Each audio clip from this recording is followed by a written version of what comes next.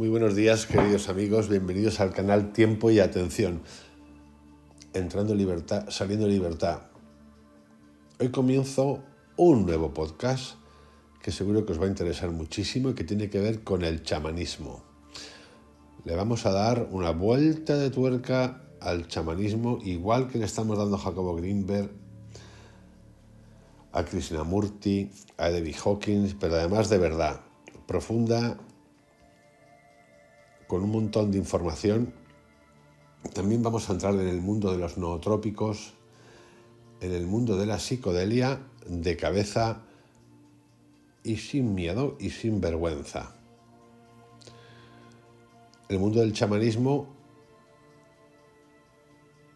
empecé a hablar de él indirectamente, pero muy directamente a través de Jacobo Greenberg y los chamanes mexicanos. Chamanes de México, esos libros que tiene, no sé si son 8 o 10, donde trata a cada uno de los que él visitó personalmente. Una obra fascinante. Para seguir con eso y profundizar un poquito más y ampliar el ámbito, vamos a estudiar, a revisar juntos los mundos chamánicos. Para eso he titulado este podcast Viajes chamánicos, curación, poder y crecimiento. Juntos vamos a hacer un viaje que no tiene desperdicio. Me parece fascinante. Y para eso vamos a comenzar con ¿qué es un chamán? En cada capítulo vais a tener los enlaces. El primer enlace que vais a tener es a los mundos chamánicos de Jacobo Greenberg. Y seguidamente cada capítulo irá añadido a esa secuencia. Dicho esto, comenzamos en este viaje. La palabra chamán procede del lenguaje de la tribu Tungus de Siberia. Esta palabra ha sido elegida especialmente por los antropólogos y dotada de una definición técnica específica, a fin de describir con precisión a ciertos miembros de dichas sociedades indígenas que a ratos desempeñaban determinadas funciones en la comunidad. Yo sé que al oír esto, en principio, pues los chamanes que ya existían hace mucho tiempo, igual que en Siberia, en toda América, lo que se conoce ahora como América, que no se llamaba América, podrán decir, aquí también existía. Efectivamente, aquí también existía. En este proceso de este podcast voy a ir saltando de cultura en cultura y ya os aseguro que nadie o que todos van a quedar re bien. Esto no es una cuestión de elegir unos sobre otros porque no tiene ningún sentido, porque culturalmente existían en muchas partes. La ventaja de disponer de un término técnico específico es la de no confundir su significado con el de otras palabras más generales e históricamente cargadas de connotaciones, como pueden ser la de brujo, hechicero, curandero, medium o vidente. Y puede ser que muchos de estos chamanes, sin duda, de hecho, María Sabina lo cuenta, y en los libros de Jacobo Greenberg lo cuentan, cuando cuentan sus experiencias, que hay gente que se dedica a ser hechicero, a trabajar con energías malignas.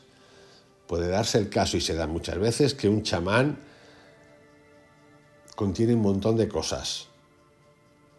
Puede ver, y de hecho ve. Puede hechizar, si quiere. Tiene un conocimiento de las plantas brutal. Cura, de hecho cura. Entonces no es una cosa exclusiva. El chamán, como concepto, yo por lo menos así lo entiendo, tiene un fin bueno, no tiene un fin de cargarse a nadie. A cada una de estas palabras se atribuyen además ciertas significaciones según haya sido su uso en el pasado.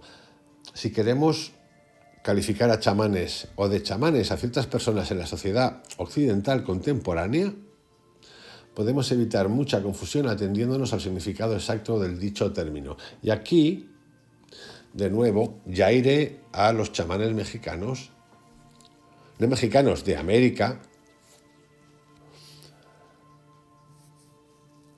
Porque en principio los primeros que empezaron a estudiar estas cosas fueron los antropólogos. Y por eso tratan de alguna manera de formatear la mente occidental, que es tan lógica, tan cartesiana, para que le entre en la cabecita el significado del chamanismo. Mircea Eliade, que es uno de mis autores favoritos, que es un gran estudioso, fue un gran estudioso de las religiones comparadas, propuso una definición de chamán en una obra que él tiene que se llama Chamanismo. Según él, entre otras características, el chamán es un hombre o una mujer que viaja en un estado alterado de consciencia,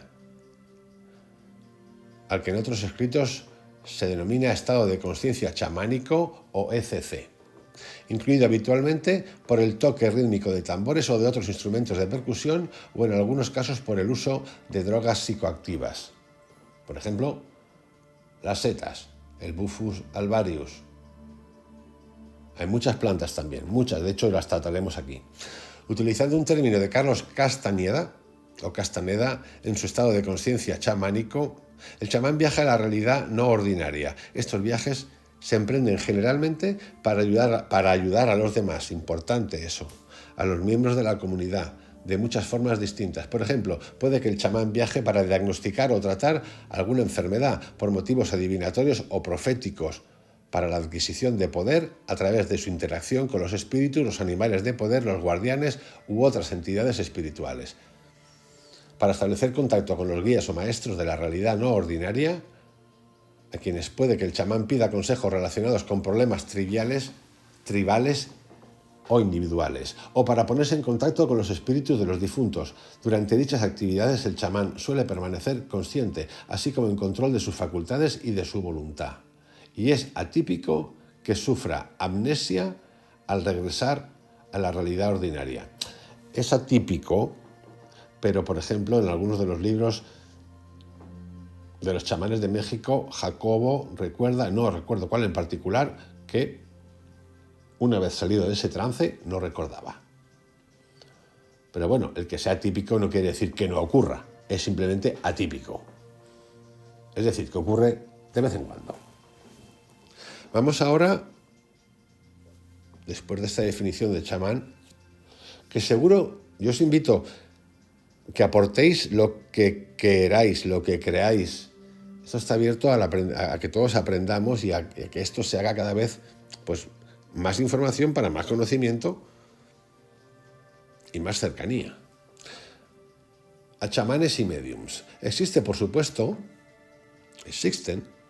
otras tradiciones aparte del chamanismo en las que las personas alteran el estado de su conciencia o establecen contacto con un espíritu personal. El denominado trance de los mediums es uno de dichos casos. Pero en el trance de los medios o canalización, los espíritus acuden al medium, que les cede voluntariamente su control, permitiéndoles obrar a través de su cuerpo, ya sea por medio de la escritura automática, la posesión de sus cuerdas vocales o ciertos movimientos corporales. En general, en el mundo de los mediums no hay afección o no se ven afectados porque no han tomado ni plantas alucinógenas, ni hongos, ni otras cosas. En general. Sin embargo, como lo aclara Mircea Eliade, estas no son actividades características del chamanismo, ya que por definición el chamán es una persona que viaja hacia los espíritus, buscándolos en su propio mundo y conservando el control mientras permanece con ellos. Por eso el chamán es un ejemplo fantástico de entrar en libertad y salir en libertad. En algunos lugares del mundo, como en el Himalaya, los chamanes suelen ser también mediums, pero el hecho de que una persona pueda desempeñar ambas funciones no significa que chamán equivalga necesariamente a medium. Por consiguiente, una diferencia básica nos dice que el medium es un instrumento pasivo, mientras que el chamán no lo es. El medium suele estar inconsciente durante la sesión, mientras que el chamán permanece consciente en todo momento, relacionándose con los espíritus como un individuo autónomo y actuando según su propia voluntad. Por consiguiente, el chamán es capaz de recordar lo ocurrido en el mundo de los espíritus, mientras que el medium acostumbra a emerger de su estado alterado sin recuerdos tangibles de lo ocurrido mientras estaba poseído. En realidad hay una posesión, una mediación El chamán va directo. Tiene el poder de ir directo, de llamar. El chamán viaja en la realidad no ordinaria a los mundos conocidos técnicamente como superiores o inferiores, o en algunos casos medios, con el propósito de ayudar a los demás. En estos viajes el chamán obtiene valiosa información, establece contacto y habla con maestros, trabaja con animales de poder o guardianes, ayuda a los espíritus de los difuntos, les facilita a algunos la transición al mundo de los muertos y en general experimenta conscientemente aventuras que más adelante puede recordar e interpretar para los miembros de la comunidad. En consecuencia, el hecho de recordar lo ocurrido durante un estado alterado de conciencia es fundamental para la función del chamán en una sociedad, porque nos dice a la vuelta lo que él recomienda hacer. Por tanto, el viaje chamánico constituye en realidad el corazón del chamanismo. Y claro, aquí como todo, estos poderes existen, han existido siempre, y luego hay uso, también hay guerras de chamanes. No caigamos otra vez en esto que hablo siempre, de que voy a misa y llego con cara de empanada y me lo creo todo. Hay de todo. Y como son personas humanas, como nosotros, también hay luchas de poder. No pasa nada. Es así. Para saber si alguien practica el chamanismo, por lo menos en el sentido clásico, es preciso averiguar si viaja, lo que puede ser muy claro o sumamente sutil, y también si es capaz de recordar lo ocurrido durante el viaje. Y cuando digo que viaja no es que se coja un avión, es que viaja. Los que hemos hecho viajes de psilocibina sabemos lo que es el viajar. También los que habéis meditado puede ser que sepáis lo que es el viajar. También hay gente que no toma nada y sabe lo que es el viajar. Esto no quiere decir que seamos chamanes, ni mucho menos. Vamos a tratar ahora hechiceros y hechiceras. ¿Son chamanes los hechiceros y las hechiceras? Es muy común que se confunda el chamanismo con la labor de los hechiceros y hechiceras en las sociedades tribales. No es difícil confundirse, porque todo chamán es una especie de hechicero, si bien no todo hechicero es un chamán. En realidad la mayoría de los hechiceros y hechiceras no son chamanes, muchos desempeñan funciones sociales más parecidas a las de los sacerdotes. Una diferencia importante entre un chamán y un sacerdote es la de que el chamán viaja y opera en otra realidad, mientras se halla en un estado de conciencia alterado, sustancialmente alterado, en tanto que el sacerdote opera básicamente en la realidad ordinaria. Por ejemplo, cuando trabaja con espíritus, el chamán puede verlos con la misma claridad con que vemos los coches, las casas y los árboles en la realidad ordinaria. En efecto, la mayor parte del trabajo importante del chamán se realiza en la realidad no ordinaria, en la que habla con los espíritus, tiene contacto físico con ellos, etc. El sacerdote, no reducirlo solamente al mundo cristiano, para nada, ampliarlo más. Por otra parte, tomando por ejemplo a un hechicero de los indios Plains, a pesar de que desempeñe muchas prácticas chamánicas, por ejemplo, cuando se lanza en pos de una visión, realiza la mayor parte de su trabajo en la realidad ordinaria, en la que practica meticulosos rituales, ofrendas y hermosas oraciones a los espíritus. Por lo general, los chamanes no utilizan prolongadas liturgias ni oraciones. También, naturalmente, existen los chamanes sacerdotes, que practican el chamanismo o el sacerdocio en distintas ocasiones. Son muchos los que desempeñan ambas funciones. Por ejemplo, el maricame huichol es a la vez chamán y sacerdote, con preponderancia de una u otra función según la persona y las circunstancias. Sin embargo, el querer distinguir con claridad y usar correctamente estos términos no significa que deseemos hacer comparaciones odiosas entre los chamanes y los sacerdotes tribales. Tanto la obra de uno como las de otros tiene su propia belleza y valor para la comunidad. No estamos excluyendo ni pretendo excluir nada. Solo se pretende conocer las diferencias, a fin de evitar que se confunda un término tan específico como el de chamán y que afectaría a que nosotros, que vamos a buscar un chamán, por ejemplo, si queremos, entendamos perfectamente qué es.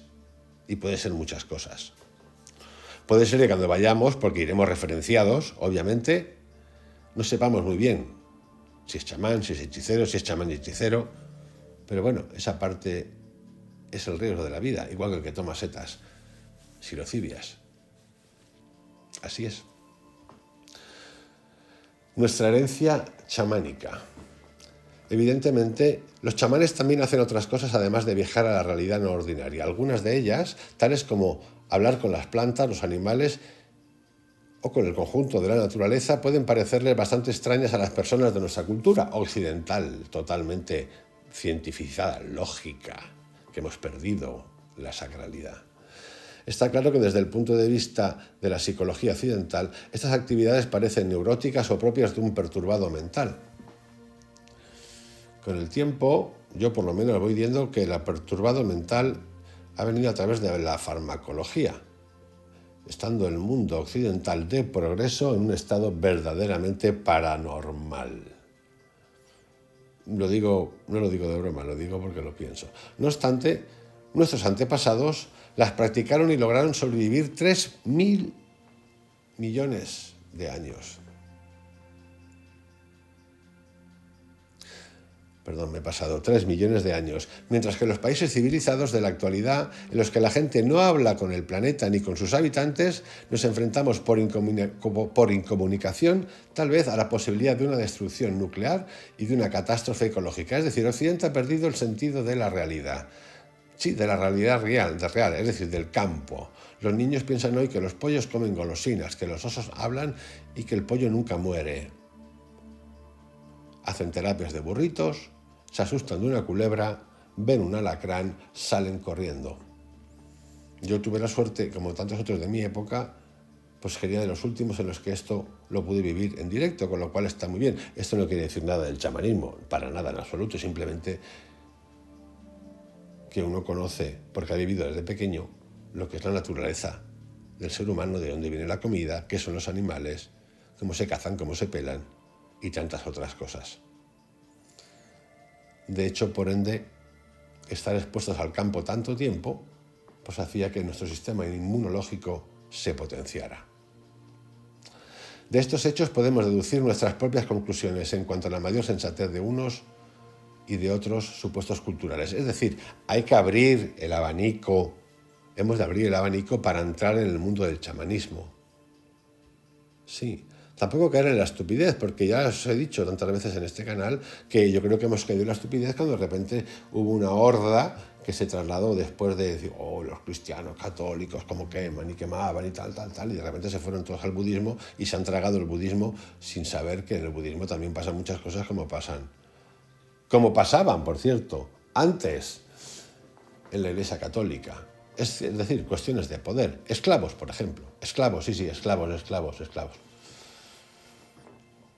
Los chamanes afirman que debemos hablar con las plantas y los árboles, así como con los animales y las rocas, porque nuestras vidas y nuestros espíritus están vinculados a los suyos. Sí, porque son naturaleza, es que somos naturaleza. En las culturas chamánicas todo se considera interrelacionado e interdependiente, y no solo lo que la gente comúnmente denomina seres vivientes. Desde el punto de vista chamánico, es que en realidad hablamos de vibración. Todo cuanto existe está vivo. Pero ¿cómo podemos comprobar que todas las cosas están vivas? Comunicándonos con ellas, en estado de conciencia chamánico y especialmente por medio del sistema de viajes.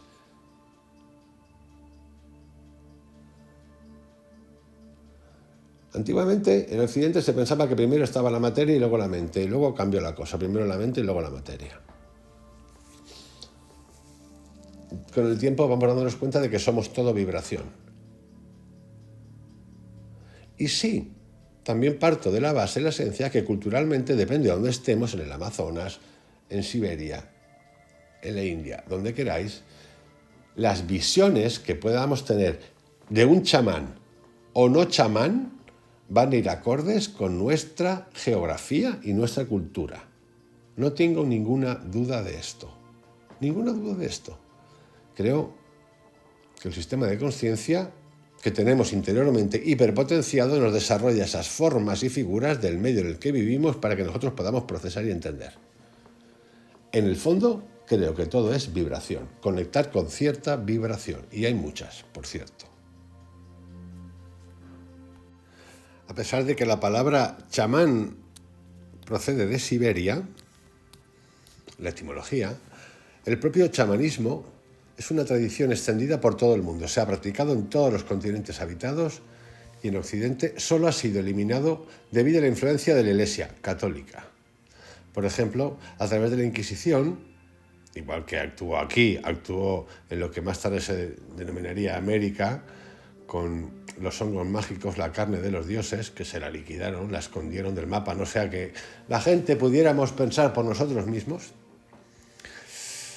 Por ejemplo, repito, a través de la Inquisición, cuando muchos chamanes fueron exterminados como brujos, brujas, etc. En realidad, el chamanismo ha sobrevivido en su forma antigua, sirviéndose del tambor para viajar, por lo menos hasta la década de los 1930-40 en el norte de Europa, entre los Samay o Sami lapones. El chamanismo no es una tradición espiritual exclusivamente oriental u occidental, es simplemente nuestra tradición humana común. Y cuando digo humana me refiero a todas las culturas, destruida con la aparición de iglesias-estados, religiones-estados, meditaciones-estados, tanto en Oriente como en Occidente.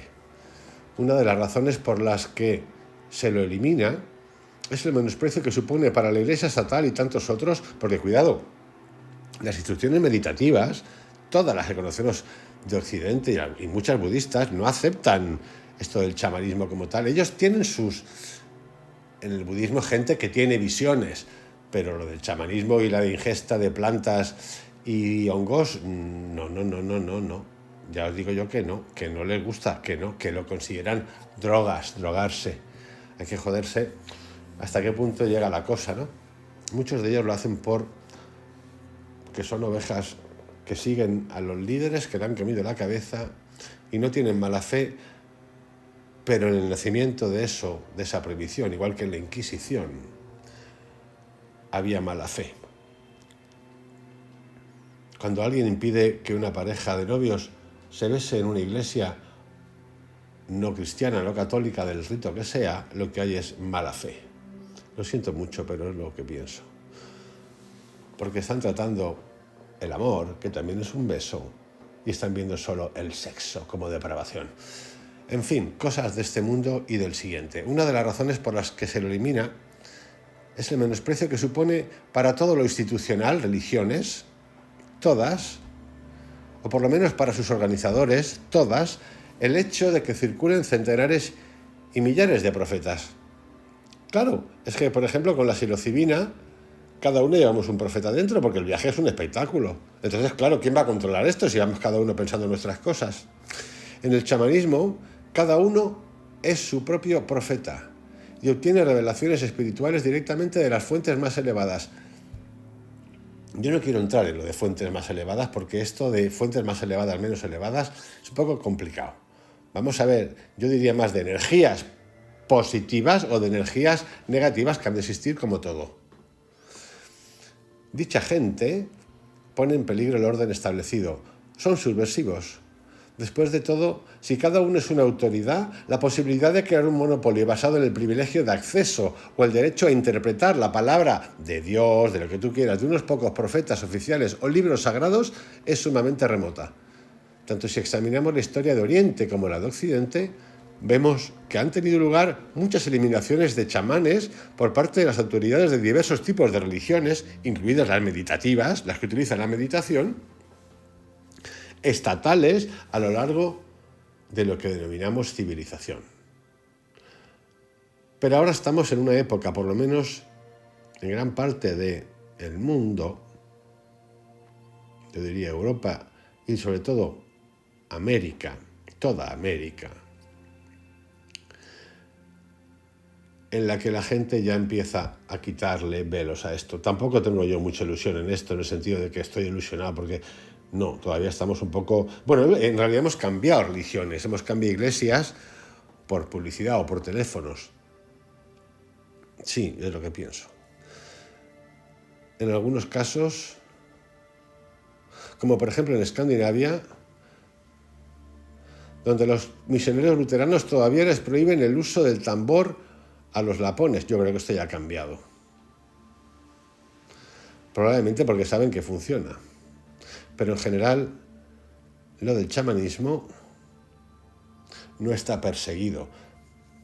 en Europa, cuidado, en Occidente, cuidado, y en Estados Unidos, cuidado, siempre y cuando no se haga explícito o implícito, vamos, explícito, que se cuente que hay uso de plantas que estén catalogadas como ilegales.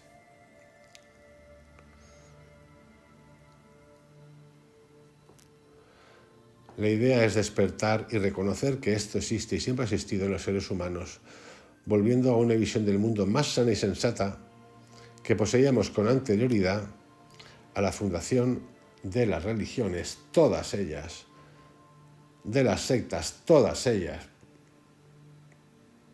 Osho, por ejemplo. Hay muchas, hay muchísimas.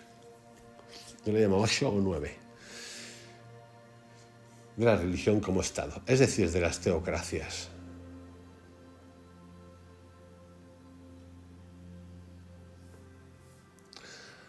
Vayamos ahora a la función del chamán, en este recorrido acerca de qué es un chamán, la función del chamán en la comunidad. Además de viajar, ver y cambiar el estado de la conciencia, el chamán es, en cierto sentido, un servidor público. El chamanismo no es primordialmente un sistema de automejora. A ver, el concepto de servidor público es muy europeo, es muy legal y es muy del Estado. A mí me gusta más servidor de la comunidad, que también tiene una organización, pero servidor público es un funcionario. A mí no me acaba, producto del desgaste de lo que es la burocracia en este país, bueno, en toda Europa, que es infumable. Por lo tanto, yo cambiaría eso por servidor de la comunidad. ¿De la comunidad cuál? La primera, la primaria, la que vives. Y ahí incluye el medio ambiente en el que vives. El chamanismo no es primordialmente un sistema de automejora, a pesar de que esta puede ser una de sus consecuencias. En una sociedad tribal, la mayor parte del trabajo del chamán va encaminado a ayudar a los demás. Si uno posee habilidades y poderes chamánicos y sus amigos y parientes le piden ayuda, el chamán no puede negársela. No persigue ni debe buscar única ni principalmente su propia iluminación. El chamanismo implica la ayuda directa de unas personas a otras. Es una especie de activismo espiritual en el que uno trabaja con los poderes que conectan al ser humano con el increíble poder del universo. Y de nuevo, yo aquí esta palabra activismo también la metería bajo las piedras. Vamos, le daré pum, haría así como un delete con el dedito, porque este de activismo, pues no hace falta el activismo, sinceramente. El activismo es un poco cateto. Tiene sentido el rebelarse contra las cosas porque son injustas o consideramos que sean injustas de todo tipo. Los derechos de la mujer, el pago excesivo de impuestos, el Estado delincuente que extrae de todos nosotros, pues sí. El comunismo, el fascismo, el populismo, lo que tenemos ahora, llamado democracia, que no es democracia, que es injusto. Sí, todo eso, perfecto. El activismo no creo que sea una palabra que esté manejada ni que se le haya ocurrido a ningún chamán de ninguna época. El chamanismo implica la ayuda directa de unas personas a otras. Es una especie de encuentro espiritual, de ayuda espiritual, de guía espiritual en el que uno trabaja con los poderes que conectan al ser humano con el increíble poder del universo. Lo que supone viajar, no en coche, por cierto, ni en bicicleta, y desplazarse alternativamente entre distintas realidades. El chamán no realiza permanentemente este tipo de trabajos. Para un occidental, acostumbrado al ejercicio permanente de una profesión, es fácil imaginar al chamán practicando su oficio 8 horas diarias, todos los días de la semana. Sin embargo, el chamanismo en realidad es necesariamente un trabajo supletorio y el chamán pasa la mayor parte de su tiempo realizando un trabajo ordinario. Llámese trabajar la tierra, cazar, almacenar comida, tejer, desplazándose a la realidad no ordinaria para practicar el chamanismo cuando, por así decirlo, lo exigen las circunstancias, de un modo disciplinado y controlado. La razón para ello estriba en que los chamanes se hallan en una situación única. Por lo general precisan que los tambores, esto es importante, suenen sin interrupción para permanecer en ese estado alterado de conciencia. Y en dicho estado el trabajo es sumamente intensivo, ni siquiera es posible comer.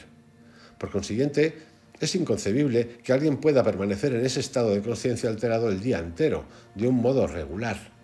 El chamanismo solo se puede practicar de una manera discontinua. No es un trabajo 24/7. Otra característica interesante del chamanismo tribal es el hecho de que ningún chamán digno de su nombre se describe a sí mismo como tal. Una razón para ello es la humildad, el reconocimiento de que el poder que está en juego no es suyo para proclamarlo, sino que, por así decirlo, le ha sido prestado por el universo. Por tanto, los chamanes se consideran con humildad simples campesinos, amas de casa, cazadores. Pues no hay ningún CEO por ahí, ni ningún ministro, ni ningún agente de marketing, ni arquitecto famoso, ni modelo famoso o famosa, ni instagramer famoso.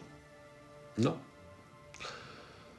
Sin embargo, son distintos, practican el chamanismo. Con la caída de la noche les es más fácil al chamán evitar que los estímulos o realidad ordinaria le entren por los ojos. Entonces, los miembros de la tribu o del pueblo acuden a él para pedirle curaciones u otra ayuda. Estoy tratando de describir de manera sencilla, muy básica, pero básica. De hecho, es un poco como infantil lo que es un chamán, en este comienzo del chamán. Tenéis los audiovídeos de los chamanes de México que tengo hecho 11.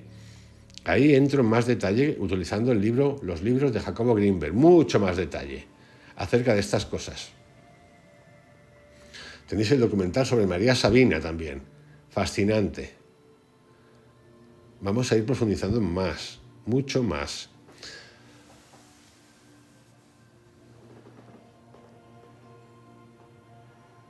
Continuamos. Por lo general, los chamanes están firmemente afianzados en esta realidad ordinaria, lo que les permite trasladarse a la otra dimensión con disciplina y rumbo.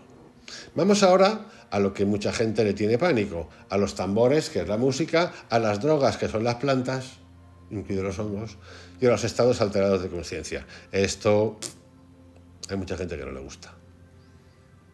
Pero claro, esto es como todo, amigos, como la ideología, como el pecado, que nos han metido hasta por las orejas, el cura que te confiesa y luego te mete mano. Por cierto, que es antivida, porque no admite que un hombre y mujer puedan dar vida, que es lo que Dios nos ha mandado aquí. Pues tenemos vida, ¿no? Para eso somos hombre y mujer, ¿no? Bueno, ahora llegamos a otros puntos insospechados. Ahora puede ser plátano y querer tener un hijo, da igual. Eso ocurre ahora, y más que va a ocurrir.